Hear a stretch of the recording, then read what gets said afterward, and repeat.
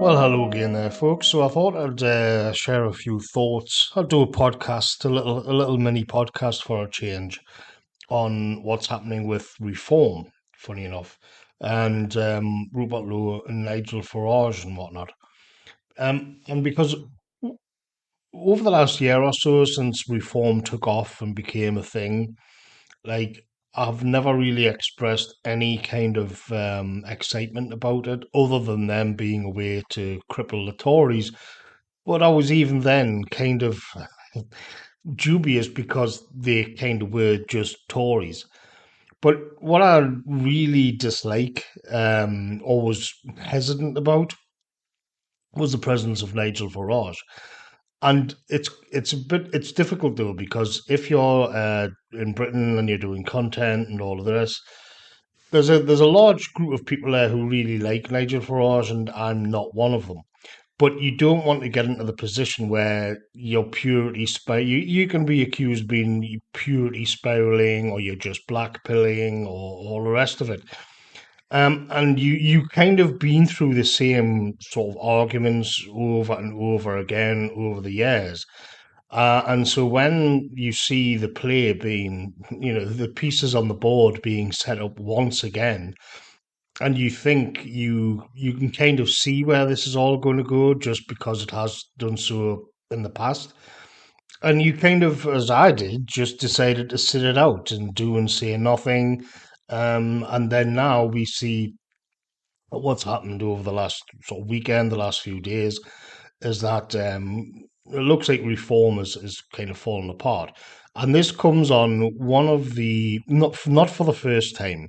There was Benjamin Habib, I think he's called, and now it's Rupert Lowe. Now, what they both have in common is that they were getting a little bit too right wing. They were bordering on a kind of ethno nationalism. And what I will say here is that in Britain, we don't really live in a free country at all. We live in a kind of soft police state, and so. Look, I understand it. I understand how careful everybody has to be. You can't you can't have whatever the edgiest take is on Telegram. You just can't do it in actual politics, or if you've got any kind of platform. Or it is what it is. You've got to be a realist about it.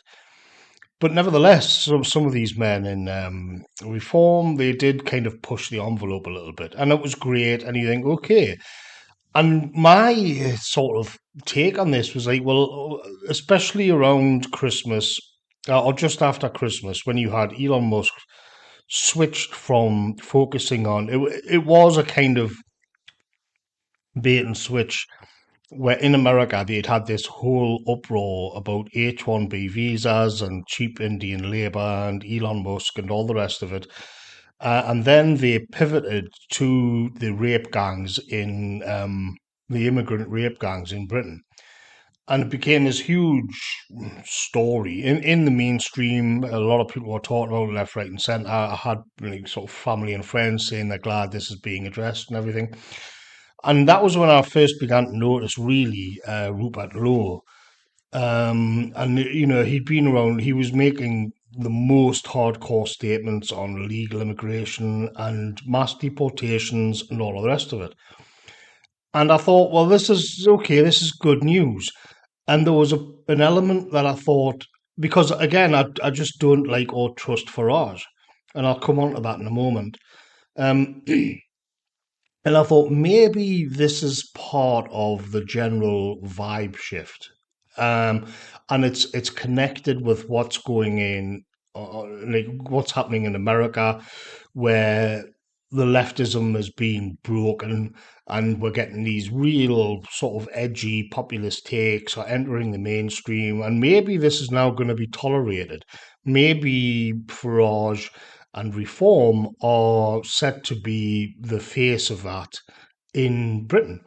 And I've actually written about this on the blog as well, like a wider geopolitical scenario where Britain becomes airstrip one for America. And to be honest, that might still happen. But what's happened is that there's been this kind of convoluted, sort of stoked up drama that's happened. and Rupert Lowe is now not being completely non-personed, as was before him Habib. And, this is a pattern of behavior where it always goes in this direction. It always goes in the direction where the people who are saying things we want pushed into the mainstream, what the average British person is thinking, for one reason or another, they are always the ones that get bumped off. They are always the ones who are shown the door into the wilderness. And there's a long history of this with Farage. And whenever Farage's name comes up, you always get these clips going around of him saying proudly that he was the man that broke the BNP. And then there's been other instances, and there's other clips of Farage where he says again proudly that it is because of him there hasn't been a far right insurgency in the United Kingdom. And somehow people have managed to, not everyone, because obviously these clips are well known, but somehow huge sections of people have managed to compartmentalize that. And with Farage, there's two things to touch on here. The first is he speaks to a certain sensibility within, I would say, the English more than the Scottish or the Welsh.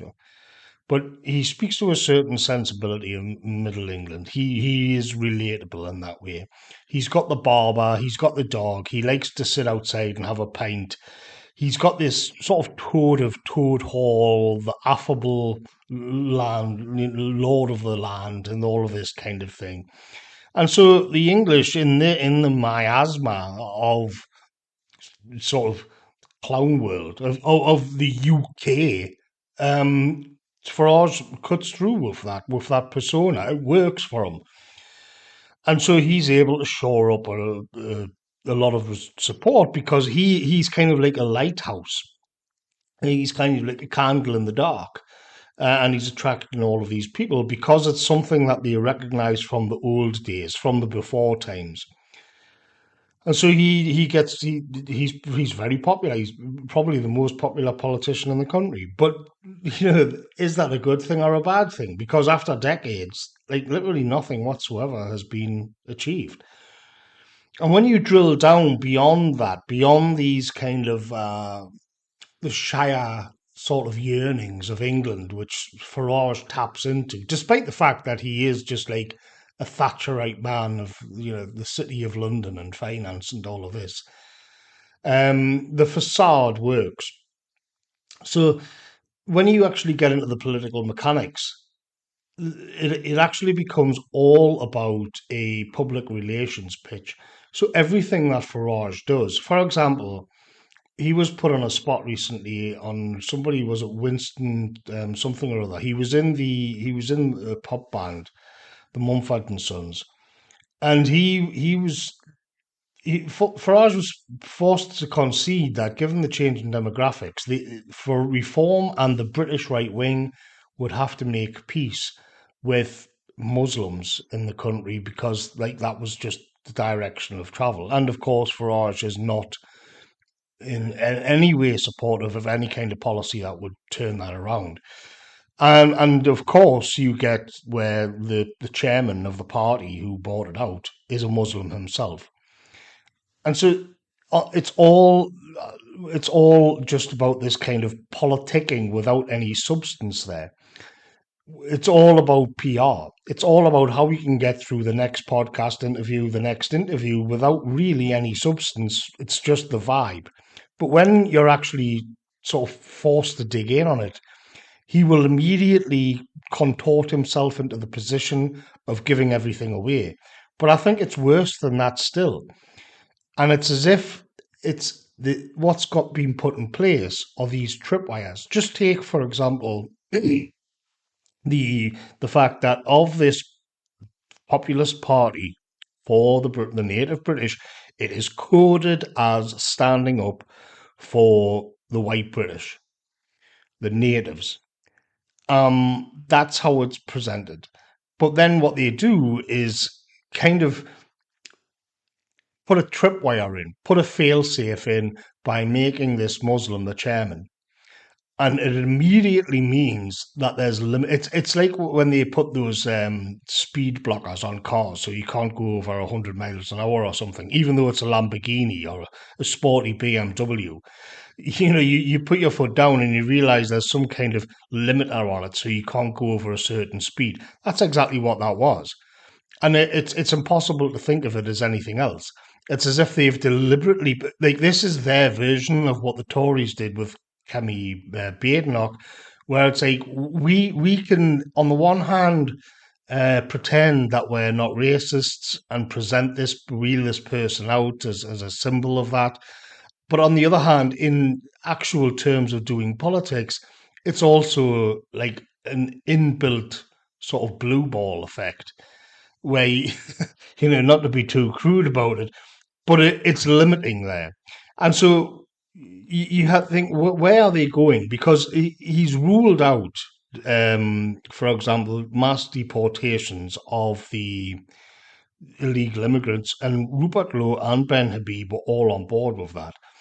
And so it's hard not to kind of get the impression that this is just literally gatekeeping, And what I don't like about it is that when we go back, this is nothing new. So this gets back to what I kind of touched on right at the beginning. And the reason why I didn't get on board with this particular Reform Farage rodeo is because I've already been on it many times before. I remember the same happened with UKIP, where the Brexit happened, then Farage just walked away from it all. After he built up this huge momentum, huge seismic changes, and then he just walked away from it all. But on the subject of Brexit, you know, I posted something on social media about Brexit and the geopolitical climate at the moment. When you look at what's happening with the European Union and things, you could say that Brexit is being vindicated in a sense. You could see that in with Trump as America and the European Union, where they're going, armaments and all of this, Britain not being fully signed up to one or the other puts us in a bit of a decent position. Now, I'm not going to get into all of that here, but that point was immediately kind of countersignaled by one or two people who said, well, at the end of the day, it's because of Brexit that we got the Boris wave coming in. We got like immigration coming in, broke 1 million because of Brexit. And my sort of counterpoint to that was that actually, though, if you look back, remember Farage pointing at all of the immigrants coming in? The context of that at the time was Turkey joining the European Union and the Syrian sort of refugee crisis. Angela Merkel had just flooded Germany with all these refugees. So the idea was that we can avoid that by leaving the European Union, getting control of our borders. So that was what was sold to us, to the British people. But there is a counterpoint to that, and it cannot be dismissed. And it's that all along, the likes of Boris Johnson and Nigel Farage were talking about a global Britain, a kind of Singapore on Thames, in which, and Farage said this, he found that if people were coming in to fill the skills gaps in Britain, he preferred if they were people from the Commonwealth rather than Polish people or Romanians or whatever. And when you look at the post Brexit era, the immigration just goes from places like India and Africa just goes through the roof. And so I'm not entirely convinced, because when you look at the numbers, it's clearly all over the place, all over the Western world, and it's also after the COVID-19 thing. After that, immigration goes sky high, maybe to soak up the quantitative easing with people thing, maybe just soak up all of the money that they print, the inflation or whatever. So that you can go either way on that. But it was clearly the case that the British people thought they were voting to reduce immigration. But if can you really say that about Farage and all of these Tories? Again, they are just Thatcherite neoliberals. and they were telling us at the time that they would be bringing in these people from other. So I'm not entirely sold on that argument, but the point is, it is there. It is a thing. And it's you can say that actually the what I'm getting at here is there's a good argument to be made that Brexit itself was just this kind of neoliberal Tory con trick, and Farage would have been right at the heart of it. This is not how people tend to view it, but it's a good argument. And the reason why I bring that up is because whatever you say anything negative about Farage, Brexit will be thrown back in your face. And people will say, well, if it wasn't Farage, we wouldn't have got Brexit, which is probably true. But whether Brexit, like what we actually got out of that and what the intention of it was, is up for debate. I'm not sure either way on that. But the point is, it's very grey and it's very murky, and especially when you bring in people like Boris Johnson and the rest of them who got on board with that. There seems as if there was an issue to get out of the European Union and turn us into this kind of globalized UK thing. And so then you have the Brexit Party itself, another one where you build up this big head of steam, a big load of momentum that goes. And so by the time reform came around, I was just completely burned out with this and actually sick of the sight of Nigel Farage. And I saw this meme that was going around on Twitter, and it was all of the people who Farage has been involved with and all of these different parties over the years, and they were all in heaven. And now Rupert Lowe was kind of being invited up. There was Paul Nuttall was there. There was Godfrey Bloom was there. Jacob Rees-Mogg's sister was there. So many of these, and you completely forget who they are. Suzanne Evans from UKIP was there. All of these people, even Kilroy Silk was in it. And you get all of these people who are now in sort of in in political heaven because they've had their careers destroyed by Farage. And all of them had one thing in common, and all of them were further to the right than Farage. Every last one of them, man or woman, were to the right of Farage. And yet they're all dispensed with.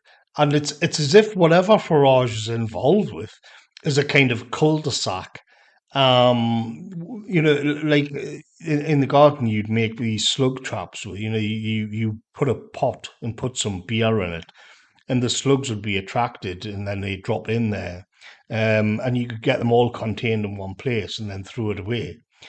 And that's kind of like what it's like. I hate to be so disparaging about all these people. I mean, to be fair, they are more sort of Tories than nationalists themselves, but they were at least seem to have the best interests of the country in heart. They were at least trying to push things further to the right. And now they're all neutralized because they came in contact and involvement with Farage, and Farage is the one who was responsible for that.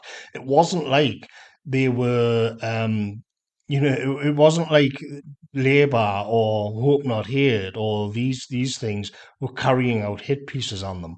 It was because of personal disagreements and stoked up nonsense with Farage himself, just like with Rupert Lowe, who is now having to speak to the police.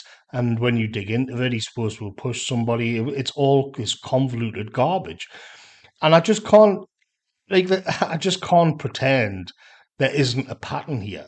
I can't pretend that the what could have been all of this sort of talent on the right is being sort of directed into this cul-de-sac where they're all neutralized by Nigel Farage.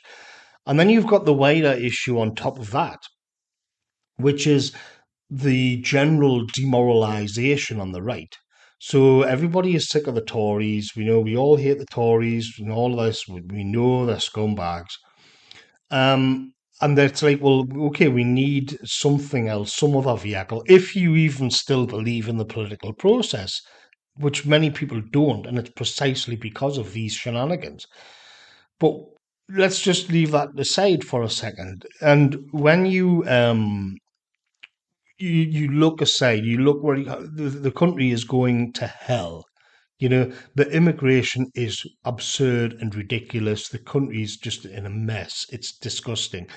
And Farage will be there with his outlet. As soon as it happens, where the regime seems to be in, the Tories are facing annihilation, then up pops Farage, to kind of, in what he will say is that he's going to finish the Tories off once and for all. But it's as if it's more like he wants to keep people engaged until the Tories can get back on their feet.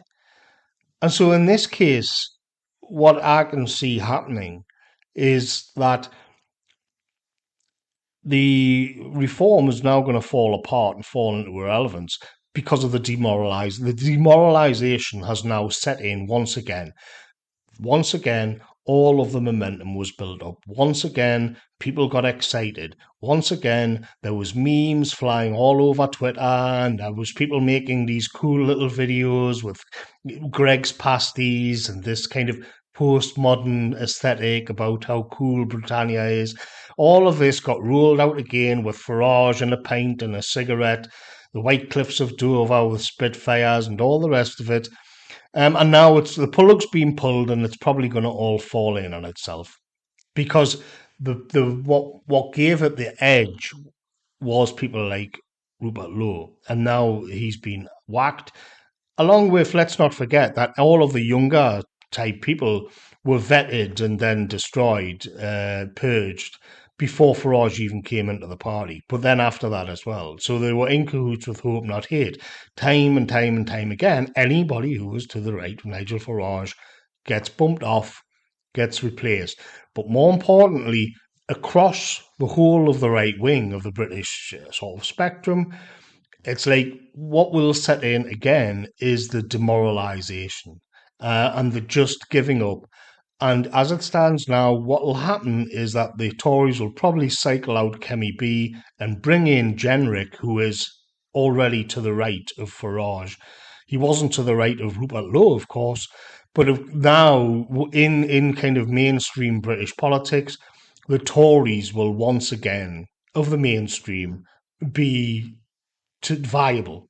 They will be the ones to the right. And so, in a sense, from the beginning, people were talking about how reform would end up merging with the Tories, but maybe they don't need to. Maybe they just need to kind of self-immolate themselves under Farage's guidance to the point where, well, they'll just kind of let it dissolve away and people will drift back demoralised, depressed and exhausted back into the Tories. And this is why I don't get excited about Farage. This is why I just see him as a curse, an absolute curse on the British right. And he's been like that for a long, long time.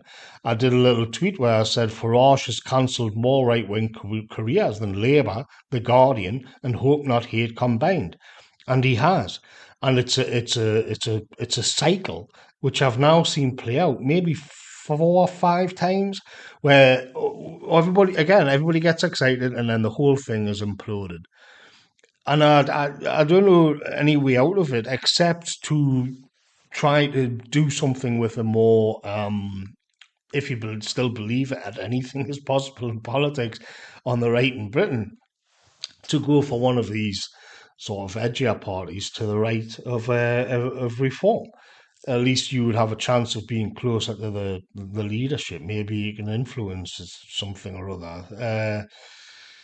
But it's been depressing because to spend a year sitting back and thinking, I know where this is going. I've seen it before. And it's going to happen again. And here we are. And all the while, I'm conscious that if I kind of spoil the vibe, I'm going to be called black-pilled. I'm going to be called, oh, well, you're not going to, no, nothing's going to change if you're just writing blog articles and doing videos and this kind of thing. And it's like, well, yeah, but I'm just trying to say, don't get too excited because you're going to end up depressed again. And here everybody is now. The hangover is here. And I just think it's sad. And I just think Farage is a curse on this country. I understand what the appeal is. I get it. But you have to wake up. And it's like, see, it's not just about the minor details of who said what to who in this particular case with Rupert Lowe. All you got to do is zoom out and look at the cycling here. Look at the long history. It's a rise and fall, the rise and the fall, the rise and the fall, and then with people just folding back into the Tories, and that'll probably happen next. And the generic and the Tories will be there to hoover up all of these votes for the Tories again.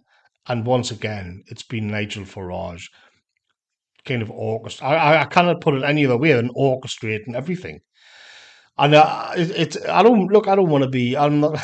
I don't want to just depress everybody. But this is at the end of the day just politics, and I think this should be pretty obvious by now. Well, thankfully, my readers and subscribers are easy to talk to like that. I don't think there's too many of them who are taken in by this stuff. But yeah, I generally, when it's the cut and thrust of it in articles and things, I tend to give a mildly kind of negative framing or something for ours, but not to come straight out with it. So yeah, this is why I don't like it. This is why I don't trust the bloke. I'm not going to trust whatever he does in the future either. And I suspect. I mean, don't get me wrong. I suspect that reform will limp on for a bit longer. But and then it'll crumble, and then there'll be something else coming in. I mean, I have seen some takes that the Trump administration wanted Farage in, which I kind of, as I said before, I kind of entertained that a little bit. But you even had Elon Musk saying that Farage wasn't cut out for the job. Now, what conversations went on behind the scenes? Because Farage had just been over to see Trump. And when he came back, Musk was pushing Rupert Lowe.